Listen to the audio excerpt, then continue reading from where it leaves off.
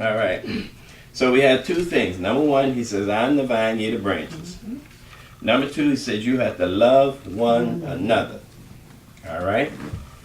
And then number three, and that's what we want to get at tonight, and is starting with verse 18. And he's sending them out now.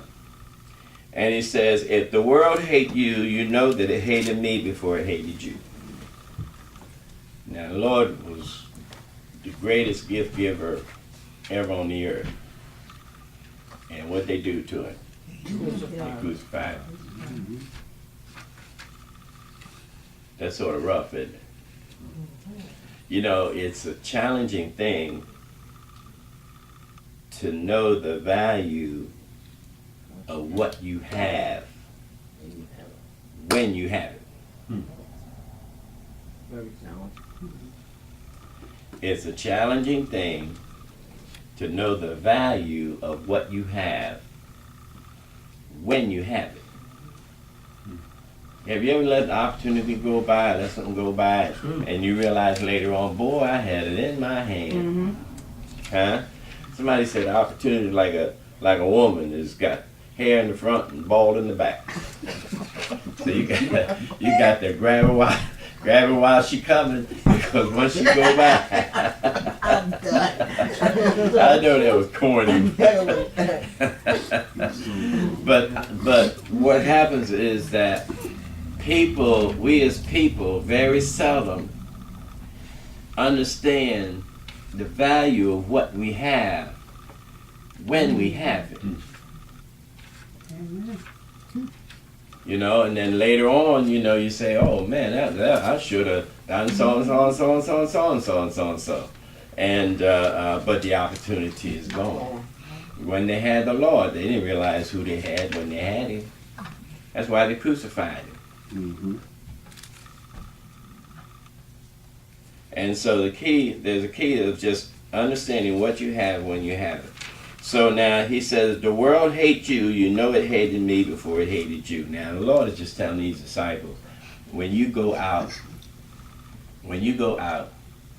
the world is not going to appreciate you for who you are and what you are doing. Now that it's all over with, we look back, we say, oh, Peter, James, and John, you know, we naming our children after them, you know, and all of that, and we talking about the Lord and all, you know, how wonderful Jesus is, but see, it's gone then. But understanding what you have when you have it. So Jesus is letting them know, you're going out and people are not going to accept what you have when they have it. And they're going to treat you very harshly in some cases. So he says, the world hates you, you know that it hated me before it hated you. And then verse 19 he says, if you were of the world would love his own. But because you are not of the world, but I have chosen you out of the world, therefore the world hateth you. You know, the world needs this message that the Lord gave these apostles desperately. The world needs this message. When you have this message, you live a life of satisfaction and joy. When you have this message, you live a life where you create good all around you, where you change lives and turn them into Christ-like lives. When you have this message and you teach people this message, they're able to have good marriages. I mean, all the answers are right here in this message. That's right. But the world don't understand the value of what's in here. Am I making any sense? when you have this message and the wisdom of this message, there's no there's no drug addiction and alcohol addictions and all that kind of stuff if you just live by this message. You understand what I'm saying? When you live by this message, raising up your kids and helping them to become good, productive people in general and righteous people on top of that. The world just is not, they don't consider that right now. They just, they want the kids to have fun. They want the kids to hip and hop and do all kinds, have all kinds of experiences and stuff. They don't want, the world just does not want the message. It's just the basic nature of human beings. But if we have this message, teach our children early on. You don't have to sow wild oats. Why do you have to go out and sow your wild oats? The problem is when you sow wild oats is after you sow them and plant them, they come up. Yes. And you have to live with the consequences. You understand what I'm saying? Young people don't have to go out and find out what the world's about. So what if you never do find out what the world's about? What if you never experience it? What if you never experience getting drunk? What if you never experience illicit sex? What if you never experience drugs?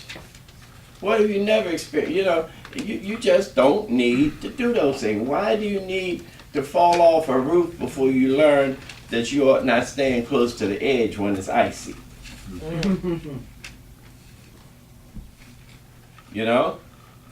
But this is what the disciples were carrying. And Jesus tells them the world is going to reject it. We think that things are tough now. They were just tough back then. Yep. The only thing is they didn't have the internet. It was just tough back then. When they first came into the body of Christ, Peter told those people that he told them, save yourselves from this untoward generation. That generation back there was just crazy, as folks are now. There's nothing new under the sun. We like to think, we got it. We got some new stuff. Ain't nothing new. Ain't nothing new. I have a question. Yes. When it said on here, I have chosen you out of the world, is that the same as ecclesia? Yeah. Bringing you out? Mm-hmm. Okay. Ecclesia is the called out, literally. Okay. Okay. And so he says the world is going to hate you. They're going to, despise you. And that's just the way it is. And you know what? For some odd reason, that's just a part of human nature. And you know in your heart of hearts what the person is telling you is absolutely true.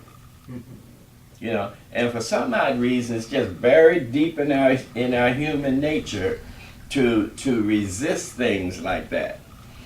You go to school and there's some little kid who just loves the teacher and bring the teacher apples and racing the board and all that kind of stuff, and the kids make fun of him. Kids make fun of him. Brown nose and got names. Yeah. Teacher pet. You understand what I'm saying? They laugh, whatnot.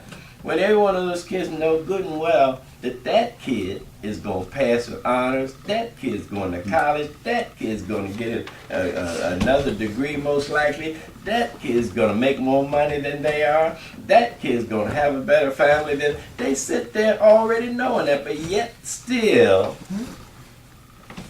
they make fun of them, and that's the way the world is. Now I keep telling you the devil ain't the devil because he's stupid. The devil because he's wicked. And he wants to destroy you. Wait a minute.